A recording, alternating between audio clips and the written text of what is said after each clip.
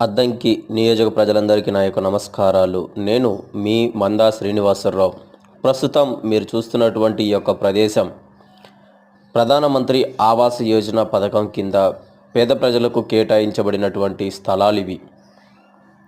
ఎంతోమంది పేద ప్రజలు వారికి మేలు చేస్తున్నామని చెప్పి పేద ప్రజలకు ఒక పథకం తీసుకొచ్చామని మీడియా ముందు చెప్పుకుంటూ ఓట్ల కోసం ఇలా పలు పార్టీలు అలాగే కేంద్ర ప్రభుత్వం నరేంద్ర మోడీ చేసినటువంటి యొక్క ప్రధానమంత్రి ఆవాస్ యోజన పథకం పేద ప్రజల కోసం అని చెప్పి ఇలా చేశారు. చూడండి, రోడ్లు లేవు, కరెంటు స్తంభాలు ఉన్నప్పటికీ వీధి లైట్లు లేవు, అలాగే మురికి గుంటలు, వర్షం కారణంగా ఈ ప్రాంతం అంతా మురికి గుంటలమయమైపోయింది.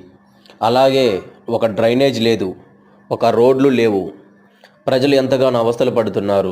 మీరు చూసినట్లయితే ఇప్పుడు ఇక్కడ ఎంతోమంది వంట వార్పు అన్నం వండుకోవాలి అని అంటే అది బయటనే.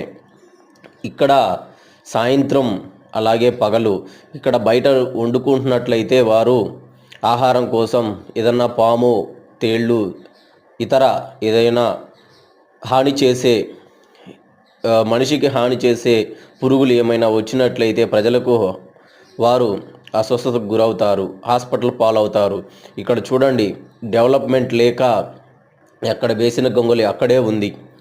అభివృద్ధి అంటూ ఏమీ లేకుండా ప్రజానాయకులు ఓట్ల కోసం పేద ప్రజల ఇళ్లకు వచ్చి ఓట్లు వేయమని తిరిగారు. ఆ తర్వాత ఎవరు కూడా పట్టించుకోనటువంటి పరిస్థితి. ఇక్కడ చూసినట్లయితే ఇది అద్దంకి పట్టణానికి ఎంతో దూరంలో ఈ యొక్క ప్రాంతం ఉంది. సుమారు ఒక 3 కిలోమీటర్ల దూరంలో ఈ స్థలాన్ని ఇచ్చారు. పేద ప్రజలంటే వారు కూడా మంచిగా దీవింపబడాలని కోరుకోవాలి. అంతేగాని పేద ప్రజలకి ఇల్లు ఇస్తున్నాం, స్థలాలు ఇస్తున్నామని చెప్పి ఊరికి దూరంగా ఇచ్చి వారికి ఏమాత్రం అభివృద్ధి చేయకుండా ఆ ఎలక్షన్స్ అయిపోయినప్పటికీ కూడా పట్టించుకోలేదు. ప్రజలు ఇబ్బందులకు గురవుతున్నారు. పేద ప్రజలంటే మనుషులు, మన కుటుంబంలోని అన్నా తమ్ముళ్ళు, అక్క చెల్లెళ్ళుగా భావించాలి. అంతేకాని ఇలా పేద ప్రజల కోసం ఒక స్కీమ్ తీసుకొచ్చాం, పథకం తీసుకొచ్చామని చెప్పి ఆ పథకం ఏమాత్రం అభివృద్ధి చేయకుండా, గాడిలో పెట్టకుండా ఇలాగా చేస్తున్నారు. మీరు చూడండి, ఇది పరిస్థితి. అద్దంకి నియోజకవర్గం స్వతంత్ర అభ్యర్థి మందా శ్రీనివాసరావు.